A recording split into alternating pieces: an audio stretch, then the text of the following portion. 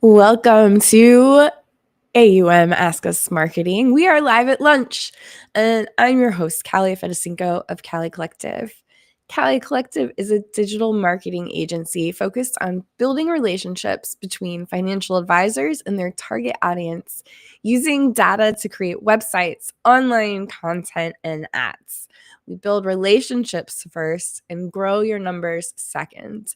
If that's an approach that resonates with you, then sign up to get our emails up above my head or visit our website to learn more.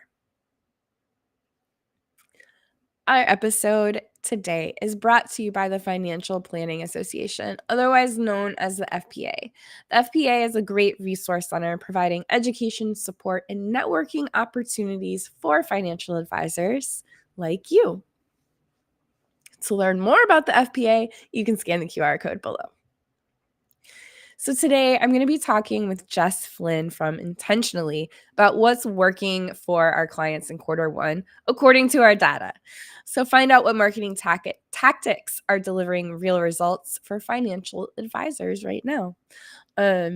Jess is having a few technical difficulties, so she will be joining us, but she'll be joining us a few minutes late. So until then, you've got me.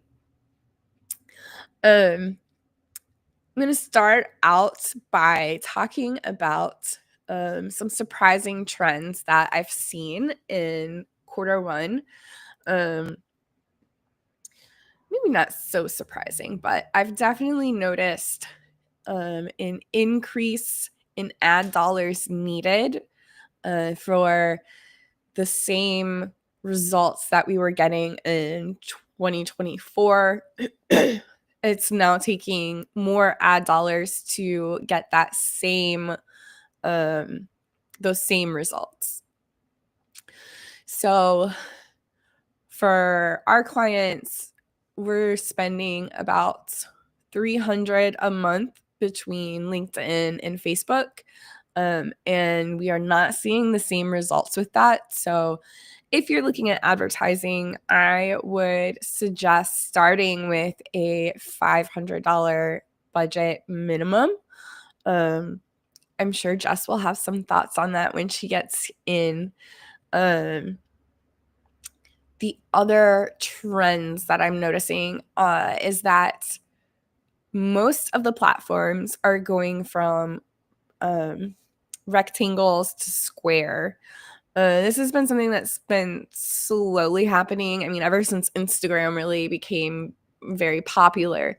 But there used to be a rectangle size that would work on all of the platforms. Awesome. Here's Jess. Jess, hi. We are live right now, just FYI. And I was just talking about advertising and how I've been noticing squares are becoming the newest trend. I'm also obviously still recovering from being sick, so I apologize for coughing. So I've noticed just that a lot of the advertising results that I'm seeing now take an increased ad spends compared to last year. Have you noticed that with Intentionally? Yeah, I mean, our digital marketing team is constantly noting that there's a lot of traction around certain topics, and also in general. I mean, over the last 2 weeks, right? It's been crazy. So if you're doing advertising, it's probably getting a little bit subdued because there's so much other chatter going on with the market. And then also the fact that just in general, people are prioritizing like taxes and looking at their 401ks and all these things that are adding this stress. Yeah. So seeing like a lighter, I would say, response to advertising, like just in general across the board, channels where you would normally see good turnout from clients, maybe slowed down right now. Yeah. I've also noticed squares are becoming I mean, it's been happening, right, ever since Instagram came into the picture. Yeah. But on LinkedIn specifically, I've noticed squares are now the more popular graphic than rectangles. Um, Yeah. have you noticed any trends that have been unexpected that advisors should be paying attention to? I mean, I think there's a couple of things, and I've seen this posted across, so this isn't really new, but like Yeah. things that you should be thinking about are always going to incorporate the real video. Mm, If possible, that's a priority, right? But then tips and takeaways presented in different formats, not just like an image, but mm, potentially like, right, like the carousel or sort of the clicking through to get to the answer, but then also providing in the chat yeah. some additional commentary. Mm, Yep, those are still really big things to do. yeah. Um, what about some top performers from quarter one? Have you seen anything that's delivering better results than something else? Well, I will say I feel like email is having a resurgence, email and webinars a little bit. In terms of connecting with clients, like there's so many places they can be, and then, where they get their news and information right now. But Yeah. I think there was a concerted effort to move away from some of those channels because they were so saturated for a long time. Yep. Yeah. But then you think about AI. So AI has added this personalization to the equation, right? Mm, And uh-huh. for advisors, one thing that, if you're an individual advisor or smaller firm that's trying to compete with some of the bigger entities that have a lot of tech and resources and marketing teams behind, Mhm. the table, Yeah. one way that you can continue to stand out, like even though, they might have tons of resources and things, what they're still not doing is showing up as a human, an individual entity that's there to support a direct dialogue. Yeah. And so where you can prioritize that, like a LinkedIn Live is a great example, but Mhm. even just having, I would say, personalized emails that you continue, not just send an email, but then also like call them, Mhm. do something and let them know that you truly are the one who's reaching out. It's not your team, Yeah. it's you. Right. Yeah. The custom aspect, that's something that, I mean, continues to be important, I think, is having custom content that is really focused on the advisor's personality and things that are specific to them that nobody else can replicate. Yeah. In fact, I was gonna ask you if you've seen like different content that's doing better. Um, Mhm. and it's still for our clients remains those personal updates are always what get the most engagement. Of course, you don't want to have just all personal all the time, and you have to, um, we suggest a 70-30 mix. Um, but those are the pieces of content that I always see doing extremely well. Have you seen any specific types of content that has been doing better in quarter one than what we've seen in the past? Yeah. Yeah, definitely. I think there's a couple of core trends, and then there's also a few conversations that I've had that seem to reign true Yeah. um, in how you can kind of connect with existing clients, but then also open the door for new relationships. And it's around the themes; they're all related. So we see a lot of trends in tax planning and estate planning right now as topics of interest with the general public. Right. But then we also see, and I've had conversations about this with advisors who are using the sort of ultimate question or like the point of conversation that they bring up with every client that they interact with. It's what charity is most important to you. Hmm. And that currently also is a great way to start connecting with people online, because if you're sharing what Yeah. you're passionate about, right? It's making you way more human, but it's also giving people a reason to contribute and participate with Yep. you in that conversation. But I have heard some really good stories of advisors who have used that as a point of discussion just Yeah. to kind of break the ice and learn. And it opens Right. the door for the estate planning side. It opens the door for multi-generational relationships. But then also, just like down the road, somebody may recall this connection that you've had to a special Mhm. community or like maybe a sick relative or family member that was going through something, right? Yes. Yeah, I think you just hit on something. We had an advisor, oh, I don't know if it was last year or the year before now, who came on because he does a great job, David Adams, of incorporating charitable causes into his marketing. And something that we talked about was, when he first started as an advisor, he just kind of like picked a charity, but it wasn't really something that he was passionate about. But now he's passionate about the ones that he's really involved with because his mother had Alzheimer's, and so now he's doing the Alzheimer's walk. And there's a local nonprofit about human trafficking, and he's really big on that. And how he's seen a much bigger reaction to that because it's actually something that matters to him. So again, it's like that personal It's authentic. connection that people are really looking for. I mean, I guess that's just human nature. We want that Yeah. community. It, Um, it goes back to the core of you're an advisor, but then it also just, I mean, if you need like a compelling marketing reason to think yeah. about this, unfortunately, there's a lot of growth in sort of some of these things that are happening in our audiences. Like families are getting sicker. There are a lot Yeah. of people who've gone through different things, right? And we see the rise in some of these illnesses. So I do think that if you needed a compelling reason, I guarantee if you start the conversation with one of your clients, you're going to learn something that ends up connecting you forever with Mhm. your family. And you can build an authentic place of connection rather than, Right. a passing comment.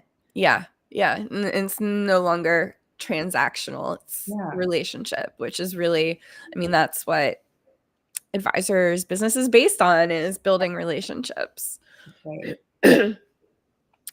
What about different mediums and channels? Yep. I know you mentioned webinars. Have you noticed one social media platform maybe that is doing better than another? Or, we had threads that came up whenever that was. I haven't really seen that taking off, but Yeah. at least with the people that I'm working with, have you seen anything that is shifting in the social media channels? Agree with you on the threads. It doesn't really tend to be a place of good conversation for advisors seeking clients. Yeah, X kind of the same. I I don't, agree.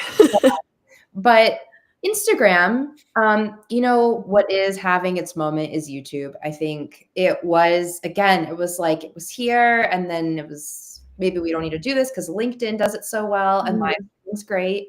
But YouTube is, I think, an untapped gem for a lot of firms that kind Oh, of yeah.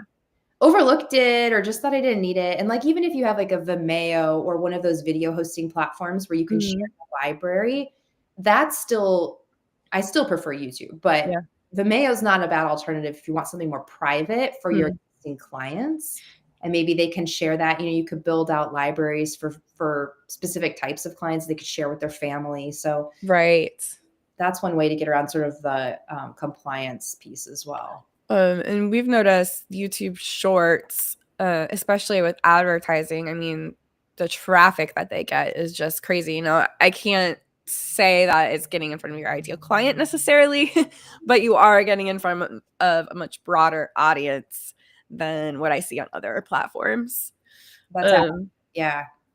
Something I want to go back to is the carousel. Because I think you can only do that if you advertise. Like, I don't think you can do an organic carousel on social media, or at least on LinkedIn. Um, Yeah. Okay. Facebook, maybe you can. Um, Also, we should probably explain what it is. And I see a lot of opportunity to kind of mix up the variations here because there's not really like one size fits all. I Uh, agree. they have cracked down where you could upload only like a PDF, and then also they keep evolving the platform. So I would say again, it's like kind of your 30/70 rule on in terms of how much you share personal versus, Yeah. but like continue to diversify the way that you communicate on the platform, right? Mhm. So you could do a personal image or a story. You could have an off link to an article that you're giving your sort of 2 cents on. But then you could also have like a piece of content that you wrote that's on your site. You could do Mhm. tips, right? So as long as you're kind of shaking it up, I think that's good. The one thing that we've seen, and I'm sure you saw this too, Kalli, Yeah. I think this was like last week. Google released sort of like the AI downgrading, Mm. like they are looking at that like a hawk. So if your Mhm. social media posts read Mhm. like you put it in AI and you brought it out, if you've got those green check marks and you've got the M dashes and what is it? Like and the little the linky link thing, like all that stuff, Yeah. like it just was spit out of AI. Interesting. Yeah. I mean, it is true, but I also personally really like the emojis I know. that are in there. It just makes it more fun for me to read. Um, But yeah, be a human, like actually read it. yeah. And then I think also connection, something that is untapped, and I mean, there is a reason that it's not tapped really, is just the commenting with other people. I'm really bad at it myself. I know how important it is, and I don't do it just because it feels like a pain. But it really helps with getting those showing up in people's feeds as if you're commenting and starting conversations with people.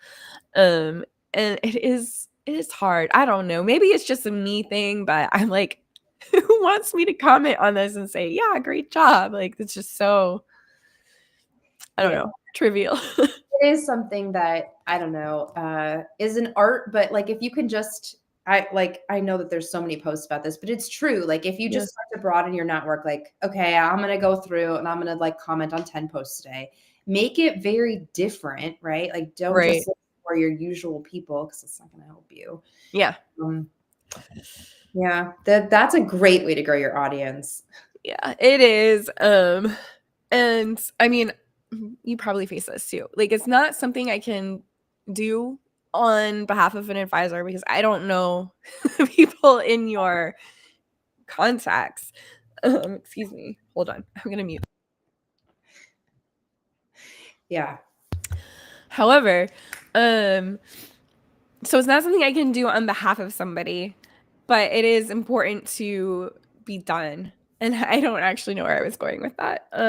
It is. It's you can't replace a human. You can't just go sit in their shoes and be authentic. So it's not something you can like outsource. You can outsource Right. a lot of things, And I but think that's what makes it so difficult is because when you're running, a company, as an advisor or running a firm, you don't have the time to do that and you just want to outsource it. But yes, outsourcing is really hard for that type of interaction. it is. And I've seen this also become such a bottleneck. I mean, from an agency perspective, typically the firms that hire us are multiple advisors, right? And there's a Mhm. lot of hoops to jump through. Maybe the administrative assistant is sort of like the gatekeeper, but also like knows their team so well that they can like approve and deny certain Right. things. But that also still has a lot of shortcomings because you cannot be quick to react and then your posts become incredibly outdated or they feel extremely like um personality like completely devoid, Yeah. right? Yeah. It's like what's the point of that? I Right. would say you are way better off to say something that you feel like, ooh, it's a little bit too far for me in one Mhm. maybe I showed a little bit too much of my cards. As long as the post isn't like offending people, Mhm. it's just you might say insights instead of recommendations, or you might say, right, like just Yeah. little things. Yeah. You got to be okay letting that go. Yes. Yes, I agree with that 100%. No micromanaging No, if possible. yeah, I think that's what I tell people too when they come, and I'm sure you run into this too. Like Mhm. you have those initial conversations with a firm that wants to work with you, and they're excited about where their marketing can go. And then you think, okay, what are the things that are going to hold us back, prevent us Yeah. from achieving your goals? And it's things like that, where this sort of like rendered unable to move forward because you can't make a decision on certain. Right. You've got to be able to like roll with it and be like, oh, that's pretty good. It's not perfect because I don't know why. Like I can't put my finger on it, but Mhm. it's good enough to get out the door. And that's a good mentality I try to push our clients to think about when it comes to marketing. Like, cause I Yeah. will perfect it until it's Right. amazing. Right. you don't really have the time for that if you wanna grow your audience in the next month, like, you've Yeah. got to do things right now. Right. Exactly. We gotta get out the door. And then we can refine as we continue going. Exactly. What about some quick wins? What are some easy things that people can do, as we're going into quarter 2? Well, I'm big on content plans. Like, Mhm. when I say content plan, it's like theme and blocking. So think about, Mm. like, this quarter, I'm gonna focus on X, Mhm. and build out your content plan from there with, like, I'm gonna do a blog. I wanna get an article published in one of these places. Right. I'm gonna do 2 social posts a month on this topic. Like, round out, like, what it must be, and then leave gaps to fill in as, like, real time. Yeah. But if you block it out like that, like, I wanna do a client-facing webinar on this topic, right? And, like, I wanna ask all my clients this one question, put it in an email, get that email queued up to go. Like, just do those small baby steps of, like, framing it out, Yeah. and let the rest be, because as long as you Mm. have the foundation, I feel like that's the hardest part. Yeah. Yeah. Speaking as someone who's coming up with content pitches every month for clients, that is the hardest part. Yeah. Um, Getting it uh, on the things. yeah. Another quick win that I still see that gets missed a lot from advisors is your Google business listing. I It's funny you say that. I was just thinking, like, Right? said, like, looking at what people are saying about you in your Google listing, but Yeah, testimonials are big right now, and they they're are. Yes. getting okayed in more and more states. So what are people doing there? Yeah, and even not just. I mean, yes, testimonials are so easy right now. I shouldn't say easy. They're there, they're available, but even just the listing itself, just updating it, Yeah, pictures, something that we had one client do and it did so great, and I haven't been able to get anyone else to do it because you have to be in the office to complete this, is a walkthrough of the office, yeah. and it can only be like 30 seconds to Mhm. upload it to Google Business, but that just did so great for his SEO. That's really cool. Something that we do for our Google business listing is everything that we're posting on social media, we're also posting on Google Business as an update. So I feel like it's Right. just untapped, which I mean is nice because then it Yep. leaves it open for us. But Yeah, I mean, the SEO, the organic SEO, some things that you can do there, I suppose, if you're in a smaller shop, yeah, just make sure that you are updating your site for keywords every so often, like dropping a blog on, and even just once a month, like even if it's like regurgitating almost exactly what you did on social media, but hmm, make it a 600 word, just a little quick essay about something important, right? right. Update that, I would say at this point, at least once a month. Hmm. That helps you stay relevant. Yes, agreed. Once a month, I feel like is a um schedule that is easily maintained where you're not going to get burnt out. And video, same thing, Yep. once a month. Or, I mean, if you can do more, that's great. But I think once a month is great for starting. Yeah. What do you think? I'm just curious. A lot of advisors get like white labeled content from the same Mhm, resources that are mhm. talking about market volatility or what's happening in the market. And right, like there are some people who hang their hat on producing excellent blogs and they Yeah, make tons of money from it every week. yeah. And we know exactly who they are. But if you're getting something, let's say, from like your broker dealer or your research partner, what do you think about white labeling and resharing that with clients? Like, is that a good thing or a bad thing in your mind? I plead the fifth. Yeah, I personally am not a fan of it.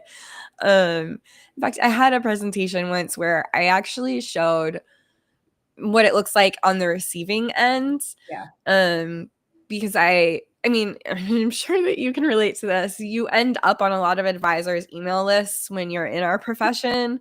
And I had this great example of advisors that within an hour sent out the exact same email to the same article, however it was on, their individual websites. The only difference was the logo at the top. Yeah. And I think that if you have a prospect who's shopping around for an advisor, that's when it's not going to be helpful. I suppose with clients, this doesn't make too much of a difference. They're not hopefully going to be on multiple advisors' email lists. That's not right there. Right. But about your SEO comments before too, Mhm. right? Like again, if you are posting the same thing as It's hundreds not of going to help. advisors, yeah, Yeah. it's not a good idea. And I mean, I guess you could also argue that you shouldn't have an AI published article either. No. Yeah, because it's pretty much the same thing as copying or having the same blog article as someone else Yep. in regards to SEO. Yes. And there are maybe other ways to produce the content that is more unique to you. Like I see really cool ways to repurpose what you might get, like from a research partner. Let's say it does talk about like, the top 10 things to take away this, Mhm. last week in the market. Maybe you create your own version of the listicle, or maybe you take a couple pieces and spotlight them, but add your commentary in there. Yes. Like, Yes. So back ages ago when I used to work internally for a firm, and we had a lot of advisors, and a broker dealer would offer content. At the time, it was called Hearsay. I don't know if it still oh yeah, is, but yeah. And it'd be like, here's the stuff that is pre-approved that you can post. And I remember because I worked at the firm with multiple advisors, they would post just like that email thing. They would post the exact same social media posts. And I'm like, this looks so bad. And you can still take the same approved content, just add like 2 sentences to it of your thoughts on it. And that alone will make you stand out yeah, compared to everyone else who's getting the exact same thing as you. yeah. So, yeah, content for content's sake, I don't think is very helpful. Yeah, and I actually do see it a lot, and it's not just advisors who are doing that. I mean, Yeah. it is an industry issue across the board. A lot of firms that are smaller are tending to do this, and instead of being like content replication in a smart way, it just ends up being noise, and it Yes. actually, I think, kind of damages your reputation if you are unable to provide a human sort of authentic tone to it. It looks like everything else they're seeing. They're going to start to just ignore all of your emails Yeah. and Yeah. messages. Yep. I would agree with that because I'm thinking about emails that I get. And like your email box is getting smarter, just like the AI is working to your advantage, right? As the end consumer. Mhm. So it's still Oh, turning all the time. that brings up something that I've noticed in the last quarter, which is that our phones now and emails, they have the AI summary of the email. So it used to be a big deal of what you would put in I'm blanking on what it's called, but like Yeah, the pre-header. That doesn't really matter anymore because AI puts the summary there. It's I just know. yeah. So pre-header is not really a thing anymore. I would say email subject still is though. That's still pretty big. It So it helps like if I don't know what people are using. Obviously, I think most advisors are using Microsoft still, but mhm. like if you're on the desktop Outlook, for me, it's not doing the summary. It's still Okay. pretty, but on the phone it is. So Yes. yeah. Yeah, that's good. Does my email? I'm actually gonna check that right now. I was checking it while you were saying that. It does still show it. So Okay. just keep it in So mind. then I guess depends where people are opening the email. Yeah. And that's again, like most of the time I would say like it's not really a stat that I care about a whole lot when I look at an email. Right. Gosh, where did they open it? But for these reasons. Yeah. Yeah. Yeah. Email subject. Have you noticed any like, oh, questions work better than this? Or I find that it's very subjective to the audience. Like I will have 2 advisors and one advisor's audience will open spring newsletter, which I'm like, that's just the most generic I know. email subject. But then another audience, like, it has to get more creative. Hmm. Have you found anything on your end? Well, I still steer towards the more creative concepts, but Yeah.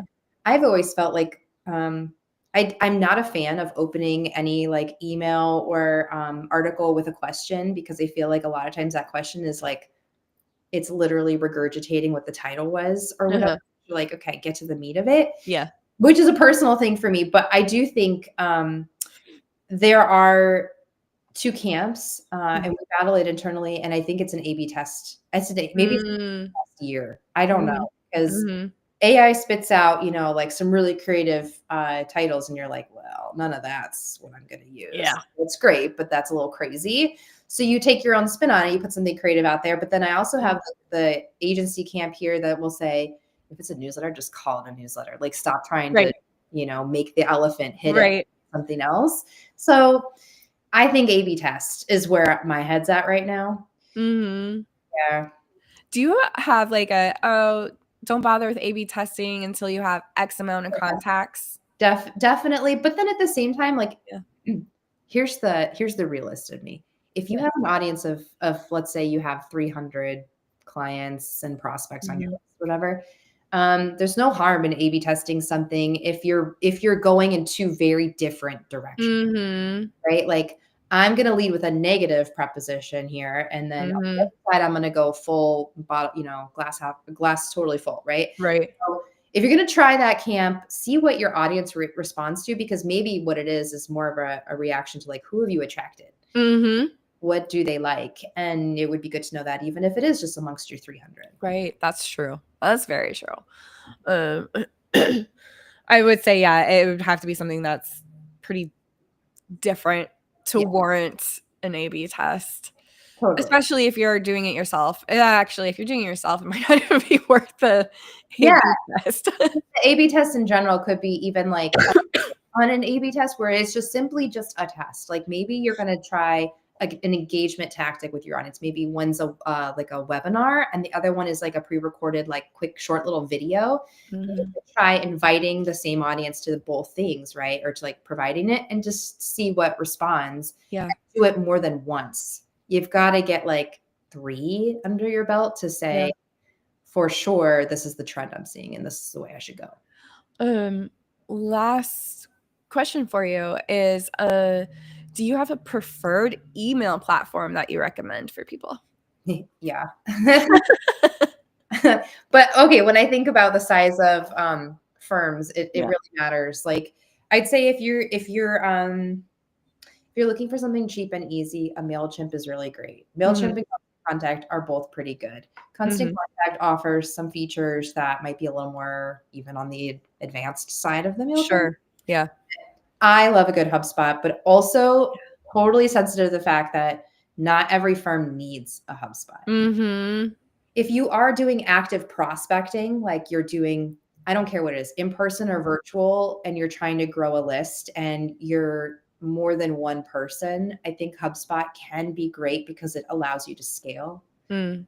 And Mhm. it does a lot of cool things in terms of like connecting in advertising and providing, like, again, like metric Yeah. testing. It has good, how will this email perform? It does all sorts of feedback that you could do. Yeah. So I love it for that. Yeah. Okay, HubSpot. HubSpot's what she votes on, Yeah. depending on your needs. Yeah, I mean, if you're a 1 or 2 person firm, you may not want to Yeah. go that route, but But yeah, something more than Outlook. please.